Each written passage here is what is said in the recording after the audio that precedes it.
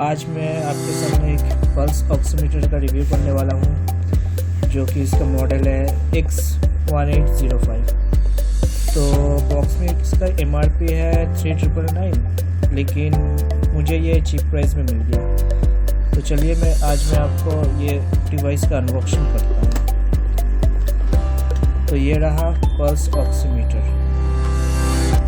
काफ़ी premium quality दिखने में है और बहुत ही हार्ड है। तो चलिए इसको ऑन करते हैं।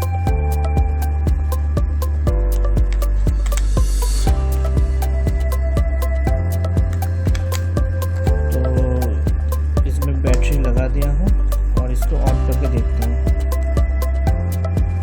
चलिए हमारा ऑक्सीमीटर ऑन हो गया है।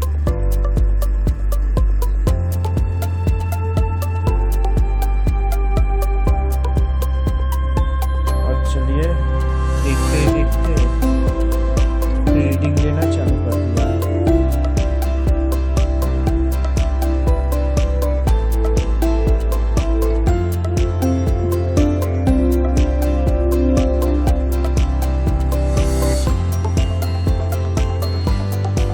और सिर्फ मैं खुद का ही नहीं, दूसरे का भी फिंगरप्रिंट इसमें चेक करके देख रहा हूँ।